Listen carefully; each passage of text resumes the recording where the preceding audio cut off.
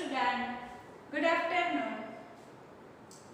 अगले वीडियो में हमने चैप्टर नंबर 1 पत्र एवं डायरी स्टार्ट किया। इनके अंदर हमने अलग अलग तरह के 3 पत्र देखे हैं। आज हम आगे फिर नया पत्र है वो शुरू कर रहे हैं। हमने आगे पत्र की जो बात की उनमें 3 पत्र थे। पहला पत्र था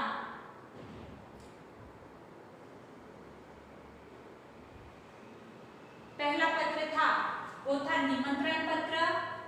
फिर दूसरा पत्र था वो था बधाई पत्र। कौन सा था? बधाई पत्र। ये था बधाई पत्र। फिर आगे तीसरा पत्र हमने देखा वो था आश्वासन पत्र। कौन सा था? तो कि आश्वासन पत्र। फिर आगे अब हम देखेंगे इनके अंदर है पत्र नंबर 4 जो के है अनुमति पत्र। तो ये अनुमति पत्र, अनुमति यानी किसी से अनुमति लेना, किसी से पूछकर हमें जो रजा दी जाती है ना, अनुमति दी जाती है। आपको अगर कहीं बाहर जाना हो तो आप अपने घर में अपने पेरेंट्स से, अपनी मम्मी या पापा से पूछ के जाते हैं कि मम्मी मुझे अपनी सहेली के पास जाना है तो मैं थोड़ी देर जाऊं।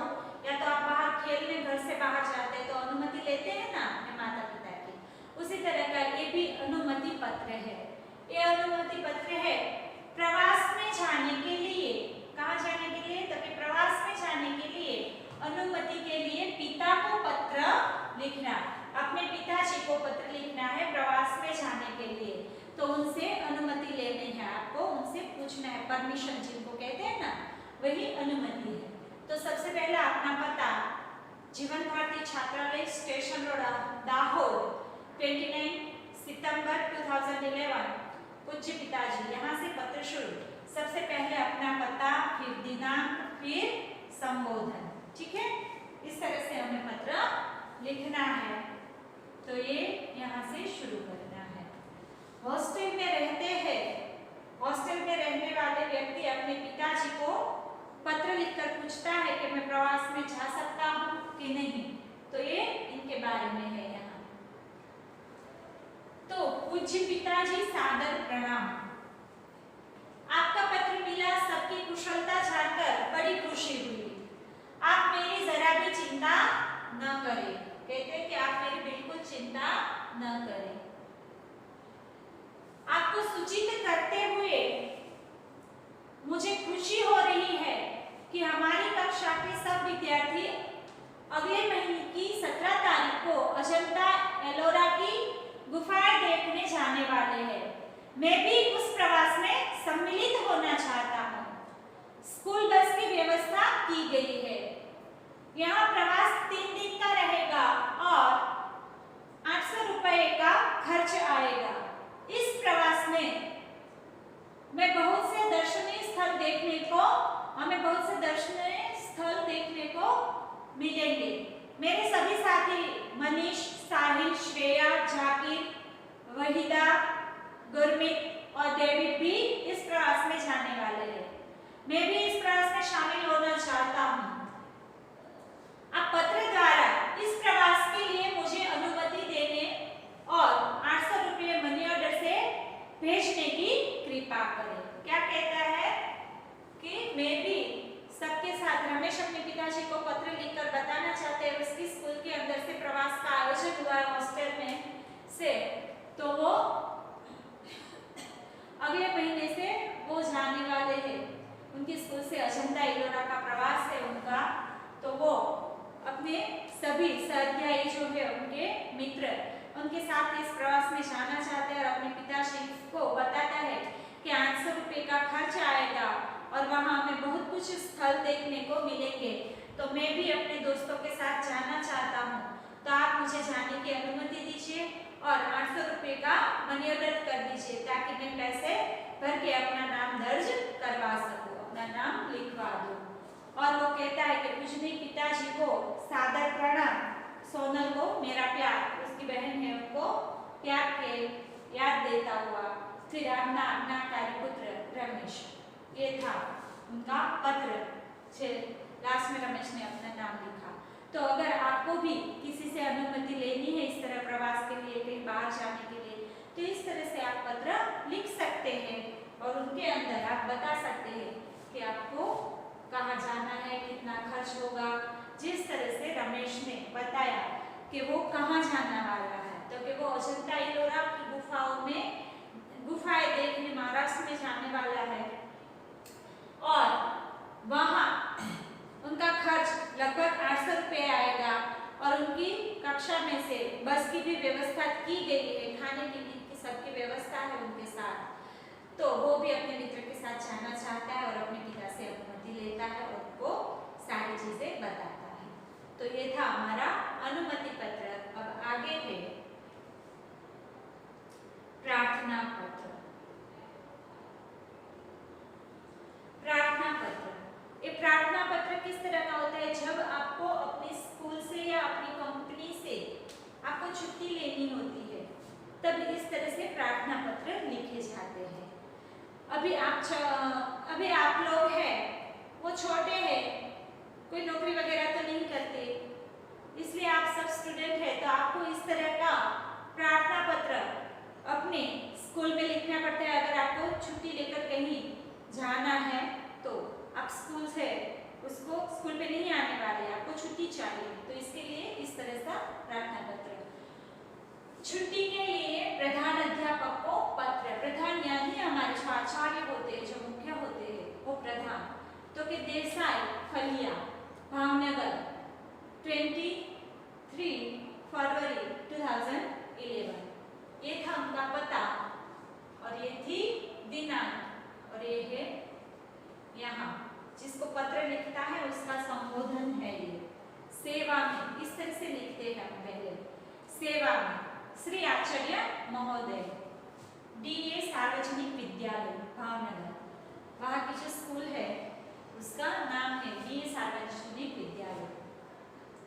फिर है भावनगर से आदरणीय गुरुदेव, सविनय निवेदन है कि मेरी बहन की शादी आगामी 27 तारीख को निश्चित की गई है। मैं उसका इकलौता भाई हूँ। हम लोगों के यहाँ शादी की कितनी धूम रहती है इससे तो आप अनजान नहीं है। फलतः मैं तारीख 24 से 28 5 दिन तक विद्यालय में उपस्थित नहीं हो सकूंगा। पिताजी का पत्र इस प्रार्थना पत्र के साथ भेज रहा हूँ। आशा है आप मुझे यह अवकाश प्रदान करने की कृपा करेंगे। इसके लिए मैं सदैव आपका कृतज्ञ रहूंगा। आपका आज्ञाकारी छात्र मनोज पटेल। तो यहाँ वो अपने गुरुजी से पत्र लिखकर अपने आचार्य से पत्र लिखता है, साथ में अपने पिताजी का पत्र भी वो भेजता है। वो अपनी बहन की शादी में शामिल होना चाहता है, इसलिए 5 दिन की छुट्टी चाहता है। इसलिए वो किन तारीखों नहीं है, जब हमें कब किसी भी तरह इस तरह से प्रार्थना पत्र लिखने की आवश्यकता हो तो छुट्टी हमें जिस दिनों की चाहिए वो दिन उस तारीख दिनांक दिखाना हमें बहुत जरूरी है। जैसे यहाँ लिखा हुआ है मनोज ने 24 से 28 तक वो छुट्टी चाहता है, वो तब तक विद्यालय में उपस्थित नहीं रह पाएगा, इसलिए उसने इस तारीख का उल्लेख किया और अपने प्रिंसिपल को बताया है कि इन दिनों में नहीं आ पाऊंगा और आप मुझे छुट्टी देंगे तो मैं आपका आभारी रहूंगा, आप मुझे यह अवकाश जरूर प्रदान करें। इस तरह से वो चिट्ठी लेकर फिर लास्ट में अपना नाम और दिनांक, अपना क्लास 8A 25 वर्ग 8A क्रमांक नंबर, उनका रोल नंबर, ये क्या है क्रमांक नंबर यानी उनका रोल नंबर, और ये उनका क्लास है, डिवीजन दिखाया है क्लास के साथ। तो इस तरह से हमें प्रार्थना पत्र लिखना चाहिए। अगर आपको भी कभी किसी जगह शादी में जाना हो, किसी भी तरह की छुट्टी चाहिए, तो इस तरह से आप अपने आप ही प्रार्थना पत्र लिख के अपने स्कूल में आप छुट्टी ले सकते हैं। वैसे अभी तो कोरोना की वजह से आपकी छुट्टियां ही छुट्टियां हैं, घर पे बैठकर ही आपको सब कुछ पढ़ना है। तो इसी तरह से अगर आपको लेनी है तो भी आप छुट्टी ले सकते हैं। तो ये था आपका प्रार्थना पत्र।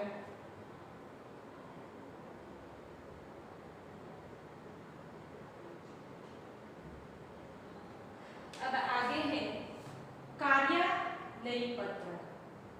तो कि स्वास्थ्य अधिकारी को गंदगी के बारे में शिकायती पत्र।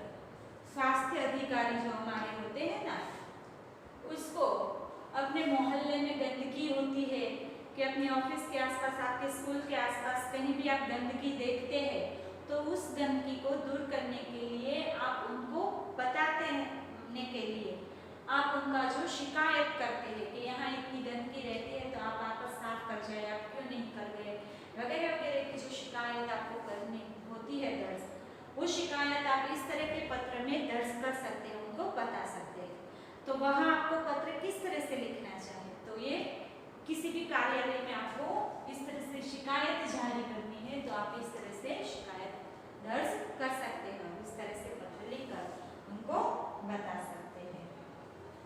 तो सबसे पहले जो स्वास्थ्य अधिकारी है उनको पत्र गंदगी के, तो कि स्वास्थ्य अधिकारी को गंदगी के बारे में शिकायत पत्र, एक ऐसा पत्र है कार्यालयी पत्र के अंदर भी ये शिकायत पत्र है। कैसा है, तो कि उनको शिकायत करनी है तो इनको शिकायत पत्र कहते हैं। सबसे पहले दिनांक लिखी है, दिनांक 20 मई 2011 सेवा में, तो कि स्वास्थ्य अधिकारी महोदय महानगर पालिका बड़ौदा, ये बड़ौदा में लिखा है पत्र स्वास्थ्य अधिकारी को, और यहाँ सबसे पहले दिनांक, अपना पता नहीं है। फिर यहाँ उनको संबोधन करते हुए मान्यवर, सभी में निवेदन है कि मैं गायत्री मोहल्ले में रहता हूँ। यह मोहल्ला पिछले कई दिनों से ठीक से साफ नहीं हो रहा है। आजकल शादी का मौसम है, रास्ते पर गंदगी फैली है। पास के कूड़ेदान, जिनको हम डस्टबिन कहते हैं, हिंदी में उसको कूड़ेदान कहते हैं, यहाँ है कूड़ेदान, यहाँ साइड में डस्टबिन भी लिखा है बाजू में काउंसलिंग। तो जिनको हम डस्टबिन कहते हैं ना, आपने देखे होंगे हर घर में और क्लास में होती है डस्टबिन। तो के पास के कूड़ेदान में सब जूठन डाल जाते हैं। बदबू के कारण पिछले 2 दिन से तो यह हाल हो गया है कि वहां से आना जाना भी मुश्किल हो गया है। आने जाने वाले सभी लोग परेशान हो रहे हैं। यह गंदगी को शीघ्र न हटाया गया तो मोहल्ले भर में बीमारी फैल जाने का डर है। आशा है आप शीघ्र ही उसे हटाने की व्यवस्था करेंगे। आपका विनम्र सेवक सुरेश भाई म परमार, गायत्री मोहल्ला बड़ौदा। तो उन्होंने शिकायत की है कि उसके मोहल्ले के अंदर बहुत सारी गंदगी देखने को मिल रही है और वो चाहते हैं कि ये गंदगी वहाँ से दूर हो जाए और सब लोगों को वहाँ जो बदबू आ रही है, आप देखिए शादी का माहौल, अभी शादी का माहौल चल रहा था और उनके पास वो जिस एरिया में रह रहे थे ना, यहाँ लिखा है ना गायत्री मोहल्ला, तो उस मोहल्ला हम पत्र नंबर 6 की जो बात कर रहे थे कार्यालयी पत्र, तो इसके अंदर हमने देखा कि अगर मोहल्ले में गंदगी फैलती है तो किस तरह से लोग परेशान होते हैं और इस परेशानी को दूर करने के लिए स्वास्थ्य अधिकारी महोदय को मोहल्ले के लोग उनको पत्र लिखते हैं। वहाँ के रहने वाले सुरेश भाई जो है उन्होंने स्वास्थ्य अधिकारी जो है उनको पत्र लिख के बताया कि हमारे मोहल्ले से ये गंदगी हटाइए, यहाँ से ये गंदगी शीघ्र ही दूर करिए ताकि हम लोग आसानी से रह सके। तो ये था हमारा पत्र नंबर 6 कार्यालयी पत्र। अब आगे है पत्र नंबर 7, जिसके अंदर हम व्यावसायिक पत्र की बात करेंगे। तो व्यावसायिक पत्र किस तरह के होते हैं? व्यवसाय यानी कि बिजनेस करने के लिए एक दूसरे को जो पत्र लिखकर बातें करते हैं या तो अपने व्यवसाय के बारे में जो कुछ चीज़ें मंगवाना चाहते हैं या भेजना चाहते हैं, तो इस तरह के व्यावसायिक पत्र दो व्यावसायिकों के बीच होता है। तो यहाँ में इस व्यावसायिक पत्र के अंदर पुस्तकें भेजने के लिए पुस्तक विक्रेता को पत्र, पुस्तक जो बेचने वाले व्यक्ति है उनके विक्रेता जो है उनको पुस्तक जिनको मंगवानी है उन्होंने पत्र लिखा है। तारीख है 10 जुलाई 2011। सेवा में व्यवस्थापक तो श्री गजानन पुस्तकालय, सुभाष रोड, वलसाड़। वहाँ वलसाड़ से वो कुछ मंगवाना चाहते हैं इसलिए उनको पत्र लिखा है। वलसाड़ महोदय फिर करके पत्र स्टार्ट किया है। तो उन्होंने पहले सूची बना ली है कि उनको किस किस तरह की पुस्तकें मंगवानी है। सूची यानी हम जिसको यादी बोलते हैं ना, उसको हिंदी में सूची कहते हैं। तो इन्होंने पूरी सूची बना ली है कि उसको कौन कौन सी पुस्तकें वलसाड़ से चाहिए। तो यहाँ हमें उन्होंने सूची दी है। कौन सा पुस्तकालय है? तो कि श्री गजानन पुस्तकालय, सुभाष रोड, वलसाड़। वलसाड़ से वो मंगवाना चाहते हैं अपनी पुस्तकें। तो ये सूची इस तरह से है। उन्होंने सूची तो बनाई है, पुस्तक का नाम लिखा है, उनके साथ उनके लेखक जो है उनका भी अच्छी तरह से नाम लिखकर बताया, क्योंकि कई बार ऐसा होता है कि कुछ पुस्तकें इस तरह से होती है कि उन्होंने 2-3 लोगों ने लिखा हुआ होता है, तो उनको जिस लेखक की पुस्तक चाहिए वही पुस्तक उन्होंने मंगवाई है। तो यहाँ नीचे मुझे उन्होंने अपनी सूची दी हुई है। मुझे निम्नलिखित पुस्तकों की आवश्यकता है, उन्हें आप डाक से भेजने की कृपा करें। पोस्ट में वो मंगवाना चाहते थे इसलिए डाक से आप भेजने की कृपा करें। तो पहले पुस्तक का नाम है नन्हा कोश। तो ये जो नन्हा कोश पुस्तक है, नन्हा कोश, तो ये नन्हा कोश पुस्तक है, वो है उनके लेखक है रतिलाल नायक। और दूसरा है नालंदा विशाल शब्द सागर, जिनके लेखक है श्री नवल जी। फिर है बृहद हिंदी शब्दकोश, तो उनके लेखक है डॉक्टर श्याम बहादुर वर्मा और डॉक्टर धर्मेंद्र शर्मा। फिर चौथी जो पुस्तक है वो है साहित्यिक मुहावरा लोकोक्ति कोश, जिनके लेखक है हरिवंश राय शर्मा। तो ये सारी उनको पुस्तक जो चाहे उन पुस्तक की ये सूची है, यादी है, जो उन्होंने कितनी अच्छी तरह से सूची बनाई है ना। पहले नाम लिखा है पुस्तक का नन्हा कोश, ये पुस्तक का नाम है। तो ये नन्हा कोश और किसी ने भी लिखा हो सकता है, इसलिए उन्होंने बता दिया कि उनको श्री रतिलाल नायक की जो लिखी हुई है वही पुस्तक उनको चाहिए, ताकि फिर फेर बदली करने का कोई अवकाश ही ना रहे और वो उन्हें जो चाहे वही उनको मिल पाए। इसलिए उन्होंने अच्छी तरह से सूची में ये बता दिया कि उनको इन्हीं लेखक की ये पुस्तकें चाहिए। उसी तरह उन्होंने दूसरी पुस्तक का नाम लिखा है नालंदा विशाल शब्द सागर। ये शब्द सागर जो है वो किसका लिखा हुआ चाहिए उसको, तो कि नवल जी का ही चाहिए। श्री नवल जी ने जो शब्दकोश लिखा है नालंदा का वही उनको चाहिए। तो इस तरह से अच्छी तरह से हमें पहले सूची बना लेनी है, फिर वही सूची लिख के हमें डाल देनी है सामने वाले को। तो इस तरह से ये व्यावसायिक पत्र है, उनके अंदर कार्य होता है। फिर कृपया उपयुक्त पुस्तकें उचित कमीशन काटकर शीघ्र ही VPP वैल्यूएबल पोस्ट, जिनको VPP शॉर्ट फॉर्म में किया जाता है, तो वैल्यूएबल पोस्ट से भेजो। भवदीय प्रीति शाह, शांति भवन, MG रोड, राजकोट। वलसाड़ से उन्होंने मंगवाई है और राजकोट भेजनी है।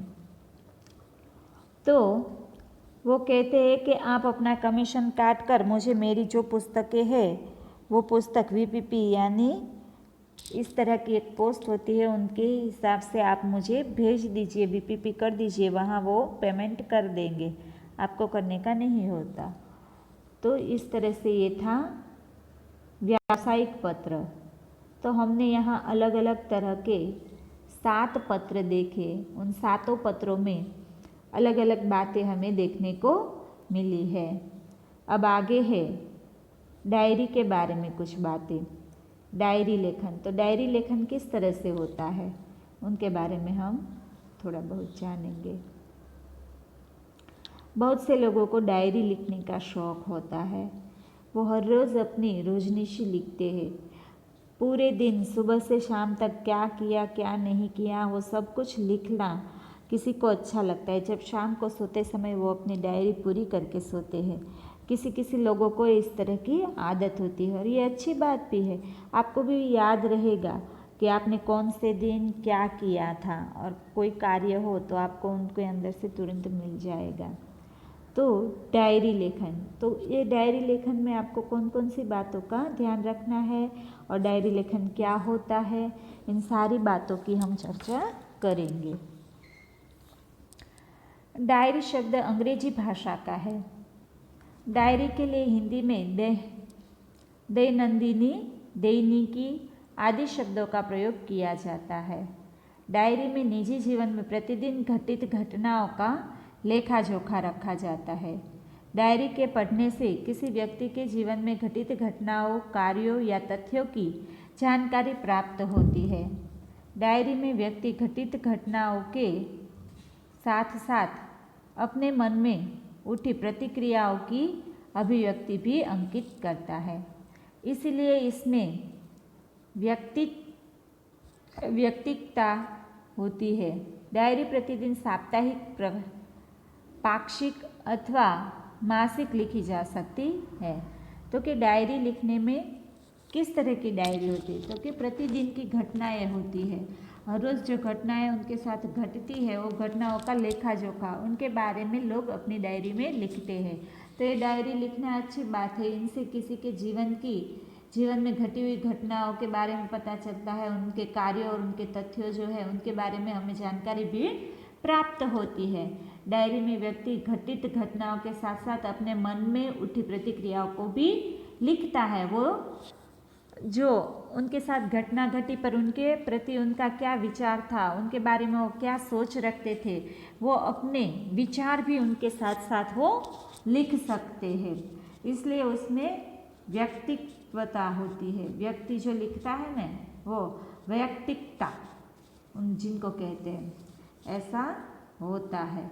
डायरी है वो प्रतिदिन भी लिखी जाती है, साप्ताहिक भी होती है, पाक्षिक और मासिक भी होते। पाक्षिक यानी 15 दिन में जो हम लिखते हैं ना वो साप्ताहिक, पाक्षिक अथवा तो मासिक, इस तरह से अलग अलग तरह से लोग डायरी कोई हर रोज़ लिखता है, कोई हफ्ते में एक बार, कोई 15 दिन में लिखने बैठता है, कोई महीने में एक साथ महीने की घटनाओं को उसमें लिख देते। तो ये होती है डायरी कि जिनके अंदर इस तरह से हम लिखावट करते हैं। फिर डायरी लिखने की विशेषता क्या है, तो कि डायरी लेखन में निम्नलिखित गुण होने आवश्यक है।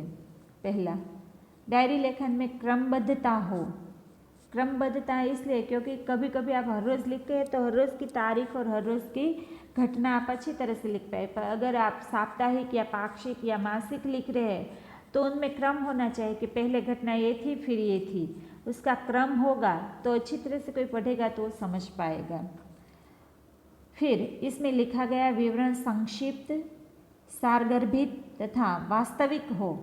उनके अंदर जो लिखा जाए वो इतना लंबा लंबा ना हो, पर संक्षिप्त में वो जो कहना चाहते हैं वो अच्छी तरह से समझा सके, अच्छी तरह से लिख पाए, इस तरह की डायरी होनी चाहिए। फिर डायरी लेखन में स्थान, तिथि, घटना या तथ्य का स्पष्ट रूप से उल्लेखन होना आवश्यक है। तो डायरी जब लिखे तो उनके अंदर स्थान की अच्छी तरह से बात करनी चाहिए। फिर तिथि या घटना जो है उनका तथ्य स्पष्ट समझ में आए इस तरह से लिखना चाहिए। फिर आगे डायरी लेखन करते समय आलोचना, टीका टिप्पणी, बनावटीपन, काल्पनिकता, चित्रात्मकता, अनावश्यक विस्तार से बचना चाहिए। तो जब आप डायरी लिखते हो तो डायरी लिखने में ये बात खास ध्यान रखें कि उसके अंदर बने तब तक आपको किसी की आलोचना या टीका टिप्पणी नहीं करनी है। उनके अंदर बनावटीपन से आपको डायरी नहीं लिखी। जो आपके मन के भाव है, जो आपने महसूस किया है और जो वास्तविकता है वही आपको उनके अंदर लिखनी चाहिए। काल्पनिकता भी कम होनी चाहिए। चित्रात्मकता, अनावश्यक विस्तार से बचना चाहिए। इन सब चीज़ों से हमें बचकर जो हमें वास्तविक लगता है वही हमें लिखना चाहिए। फिर आगे डायरी के लाभ। डायरी लिखने के क्या लाभ होते हैं? तो कि डायरी लेखन के अनेक लाभ हैं। पहला, इससे जीवन में घटी घटनाओं की जानकारी प्राप्त होती है। दूसरा, डायरी में तथ्यों का उल्लेख रहता है। इसी कारण व्यक्ति दिन भर जो अच्छे बुरे काम करता है उसका उल्लेखन भी रहता है। इससे शनेह बुराइयों से बचा जा सकता है। तो कि डायरी लिखने से बहुत सारी जो बुराइयां होती है वह कम होती है। डायरी ऐसा दस्तावेज है जिसे पढ़कर किसी व्यक्ति के जीवन के पिछले अनुभवों तथा घटनाओं की जानकारी और वह भी संबंधित व्यक्ति के शब्दों में प्राप्त की जा सकती है। जो व्यक्ति लिखता है उन्हीं शब्दों में हम उनकी घटनाओं के बारे में या उनके जीवन के बारे में जान सकते हैं। डायरी लेखन के उदाहरण। अपने नए विद्यालय के पहले दिन की घटनाओं का अपनी डायरी में लेखन। इस तरह से अपनी डायरी में लिखते हैं। पहले दिनांक 7 अगस्त 2010 जामनगर। आज नए विद्यालय में मेरा पहला दिन था। मन में विभिन्न प्रकार के विचारों की उथल पुथल चल रही थी तथा अनेक अनजानी आशंकाएं अनायास ही मुझे डरा रही थी। 9 बजे पिताजी के साथ मैं अपने नए विद्यालय आदर्श मंदिर में पहुंचा। प्रधानाचार्य कक्ष में जाने पर उन्होंने मुझसे कुछ प्रश्न किए जिनके उत्तर मैंने दे दिए। मेरे उत्तरों से वे संतुष्ट नजर आए। उन्होंने मुझे प्रवेश के लिए निर्धारित फॉर्म दे दिया। मन को राहत मिली। थोड़ी ही देर में शुल्क आदि जमा करवाने के बाद मैं अपनी नई कक्षा में पहुंच गया। अपने नए दोस्तों, अध्यापकों और आचार्य से मिलकर ऐसा नहीं लगा कि मैं नए विद्यालय में आ गया हूँ। तो इस तरह से डायरी में वो लिखा उसने अपने पूरे दिन की दिनचर्या। फिर दूसरा पत्र है 5 अप्रैल 2012 राजकोट। डायरी में जो लिखा है वह दूसरा एक अनुभव है। कल वार्षिक परीक्षा का पहला दिन है। रात्रि के 1 बज गए हैं परंतु नींद नहीं आ रही है। कल विज्ञान और टेक्नोलॉजी विषय की परीक्षा है। यद्यपि सब कुछ दोहरा लिया है तथापि मन में अजीब सा भय है। अचानक पिताजी मेरे कमरे में आए। मुझे जगा हुआ देखकर ठाठस बंधाया और बिस्तर पर लेटने को कहा। बत्ती बंद कर दी। बिस्तर पर पड़े पड़े भी नींद नहीं आ रही थी।